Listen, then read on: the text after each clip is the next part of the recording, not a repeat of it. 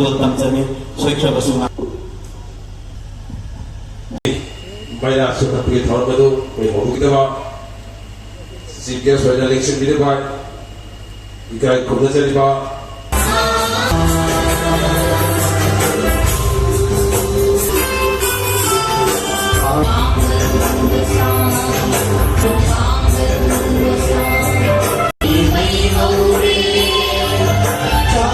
Maitri Pakauya Masun Farsi Sagai Karo.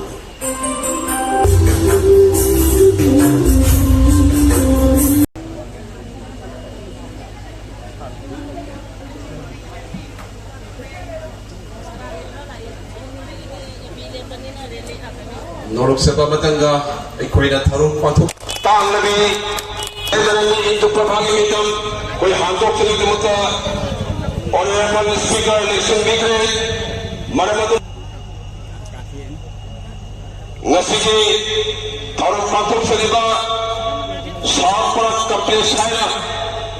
Kanazaramba, Nasiki Sarpra Kapil Sishu, Nasi Hava Koro.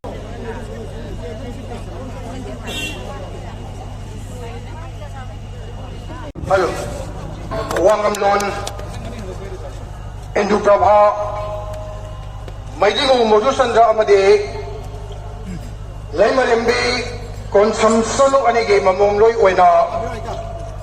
Enkumza Lisingamaga, Satet, Marfuganifal, the Taibang Kongarake, Saptachuda, Lam Yona Sankolabe, Maza Ibe Mabo. Mapai bungo na income zali singa maga sanifan sup na alida sambandin mapam lamdam Manipur amade mapam sila kukuya aduga maki asya mamamindi processor paripa Miyoy asya magkarakanda kasi pala library bi Indo Prabhagi mitamama kasal lamdamda kay makum hanggok pagi tanjasi pangzari bane marmasana sinong bo koy sinjalang jari ba sirapa miyoy panjara kay nazar basri Rajkumar Longden Bombay ay miyoy isla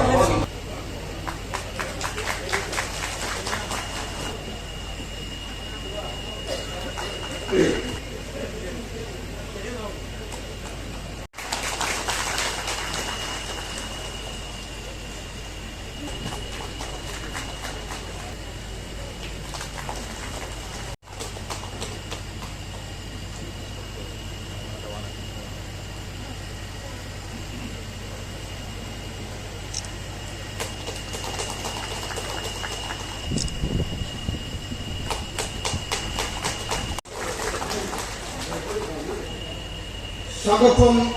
Bablu Kung tawag na hindi man dito na ipal sa sablo ha sising nga na yun hi kaya isa sabi ako ba ang ito sige ba sige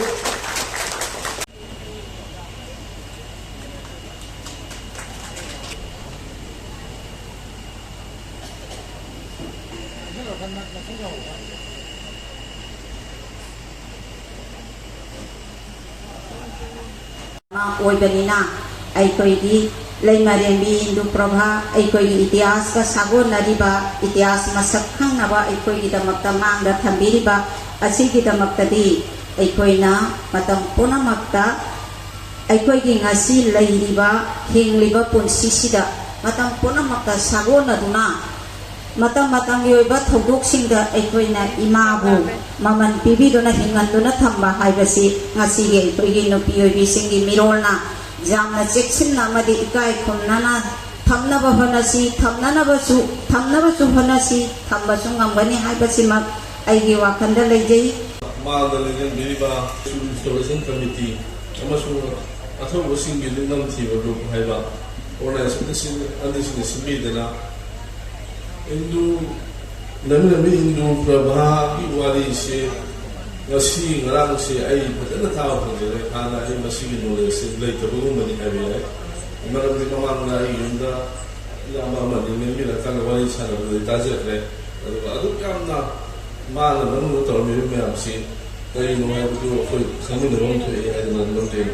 ꯉꯁꯥꯏ ꯉꯥꯡꯕꯤꯔꯕꯁꯤꯡꯗꯨꯁꯨ ꯑꯗꯨꯝ ꯍꯥꯏꯕꯤꯕꯗꯅꯤ ꯃꯗꯨꯗꯤ ꯂꯩꯃꯔꯦꯟꯕꯤ ꯏꯟꯗꯨ ꯄ꯭ꯔꯚꯥꯁꯤ ꯌꯥꯝꯅ ꯋꯥꯈꯜ ꯁꯥꯡꯅ ꯎꯕ ꯉꯝꯕ ꯑꯗꯨꯒꯨꯝꯕ ꯂꯩꯃꯔꯦꯟꯕꯤ ꯑꯃꯅꯤ ꯇꯨꯡꯗ ꯂꯥꯛꯀꯗꯕ ꯐꯖꯅ ꯈꯟꯅꯕ ꯉꯝꯕ ꯋꯥꯈꯜ ꯆꯦꯠꯄ ꯑꯔꯨꯕ ꯊꯕꯛ ꯇꯧꯃꯤꯟꯅꯕ ꯌꯥꯕ ꯃꯔꯩꯕꯥꯛ ꯅꯨꯡꯁꯤꯕ ꯑꯗꯨꯒꯨꯝꯕ ꯃꯈꯜꯒꯤ ꯂꯩꯃꯔꯦꯟꯕꯤ ꯑꯃ ꯑꯣꯏꯅ ꯃꯌꯥꯝꯅ ꯁꯛ ꯇꯥꯛꯄꯤ ꯃꯗꯨꯃꯛꯁꯨ ꯑꯁꯦꯡꯕ ꯑꯣꯏꯔꯝꯒꯅꯤ ꯍꯥꯏꯅ ꯈꯟꯖꯩ ꯃꯔꯝꯗꯤ ꯏꯇꯤꯍꯥꯁꯅ ꯁꯥꯈꯤꯅꯤ ꯇꯧꯕꯇꯕꯨ ꯏꯇꯤꯍꯥꯁꯁꯦ ꯑꯩꯈꯣꯏ oral haba written haba chinung wari degi mathang generation by generation la pama adu masi chak chawa tani mu khadi yobi bu jere ni atena masak ko pama leba ama wono da haina hajeningi aduna akhoina adun laba ya no matu bu le mi mi ko ni aduna masi sre ka no ba उत्पत्ति कोई सोना चांदी है love सुना अथवा सिंगी निम्नम थी लुना सिंदीरगा library में ताना मदी थब ओंथोपा हाइबसी तंगाई फदबरा खल्ली मरमदे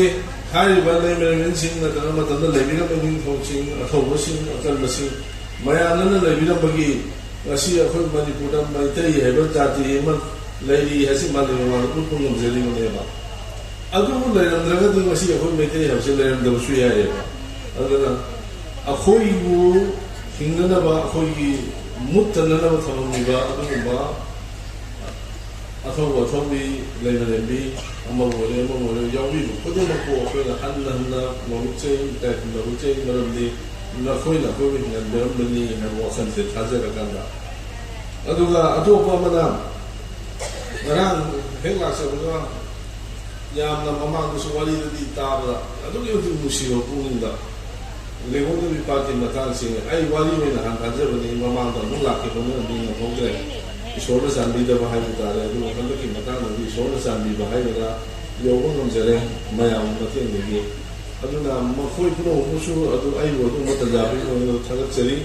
aduga hai ba jaga do hoji thamoi da lo na hongje ba ni sin ni on highway hawa hongje ba se akhoi sin lingjin manaba punna le min na ba hai ba di adu loi na hai punna le min na shi kari dong na ba punna le min na do no kari dong na ba khoi function na do no hai ba punna le min na ba hai ma ya ko le ko do ma ta na ti da ka che akhoi khu ya di le jeri wa khan to na dun le na kan da maduna samasi da kari pe ti be ya da ke samasi da to kari ti be ya da ke ha bu ta ra da aduna punni ba ma ya na ngasi pulu ji kari kana ba phang ne madu kari ni je la re u ta me loi ke ma kan jahi ma da investment di ko ji hana ko sakhi da ba pakhi da ba kada lei da gi madu kitang nakuluna tamdaraga ai gi jadi chagi walo sikilege pung si ani ga makai ko gi thowa singil ni dam chi da lo abadi Indo Lemerembi Indo Prabha Station Installation Committee Haidwa Chawra Organization Ani Asina Asigum Laba Editor gi Thawa asi ai ona sina bira kwa asi da mokta ai na han da no kami sibo ai di se ba thamoi gi musiba ba di no ruse bu han bu tham jage sigi sobena na kagan mixing che ko masi ko thona mo na bada ai koina yamna ityasi koina masi Lemerembi Indo Prabha sigi namakta haidna koina tongan ma ai bi Manipur amati bapan Manipur da lei ba ai bi ai koina ada li hona khangjara ba makoi si ityas ku yamna pamda ba ityas ku yamna thawa yamna suri ba ai bi singni haina khanjara ga कोई नबी कर दा बातों तो थी हाय रिबा बातों तो व्यवस्थिता वला खरना इबिरी वला खरना इबिरी रखिते हाय बसिंग दुगी मरका कोई नाम तसालम नंदा इतिहास वारिबु याम थवा याम सुबा वला इंदला जेबे बम मागी मारिंग यावी adiki pada NT Hodapa magi waring yawi Dr. Radmani Haurambam magi waring yawi adiki apoi pada Dr. Wairangtem Sobita waring yawi admai tawduna imphal su leiba wari mu thawai yaw subiriba pada singdigi akoina baton tawdana aikogi leimremi du prabhasi maramda khalitang khangba yaba kari kari thawai yawna bonabedana akogi sobena siba masi hapsen masi ire iba wari sing sidagi pada singdara puthokira pasingdigi akoina durong wala hapsabani maduda wona lagam leiragana madu amukana madu sendok unabdi sendok jabagi madugi kaino sulai adubu hogi hogi di akoina library itu prabha sidi pokuri tari amadi sibagi tari se akoina haiba mujam scheme makada akoina ijare masi akoini haiba sobena sida sepong sida nyumba moiraga aduga yawa wari ambadagi nyumba moiraga apsabani aduna thodo heduna thenjala banina ina wasu yamda hajaroi aduga thodo na koina library bi do prabasi tanawa asari gi tanaga atopa ai basinga basi kristupya no ni dahaya iba lai su ko tingale tasembati library do prabasi kristupya no nate maramdi magi kogi maharaja Madhusandra na lauramba magi ningon magi laima sije singgi marakta bisupya ningon lo yogi wadi kogi sangai pamanga singba kuya sing lady ali ma kuya sing buka bisupya ningon lo yogi wa singla salamde masi atopa jati singai iba bisupya ningon ni ma se atu na mar mora ga pangali phadana ngangi hindi phadana ngangi sanskrit phadana ngangi ga haida iba atu balari sing do koi akoi na hona bakal ga di maduna sing do ben tok sandana ma si bisupya ningon nate ma si di sing mari puri ningoni ka haida na masina ko sagin na ba kung thang yam na leini masi si di ina yam na sakhuk seni ni sina leimare bi go pravani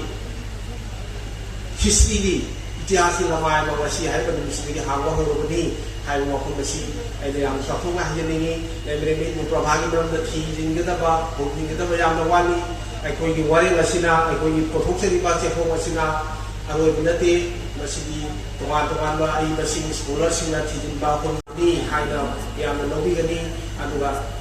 hai ba wari lasi sobena lasi yang natian matangin manunga ai koi na pothok na mohora jabrina na latra lan kiba deki text ta na kaga figure la lan kiba yaw mga su babi no kai ki na rapi ni haiba ai yaro ko hai su tundaraga ai yo ko kiten dege library ko bana ya personal library ko ba ko ko sila sunu library ko ba ni jam sanga iतिहास की पढ़े पूरी इतिहास की आशाम इतिहास लमाय तो नहीं हो सो ना है वो कोई तundaraga ai yo ko si matang se te je pai ko ko na ko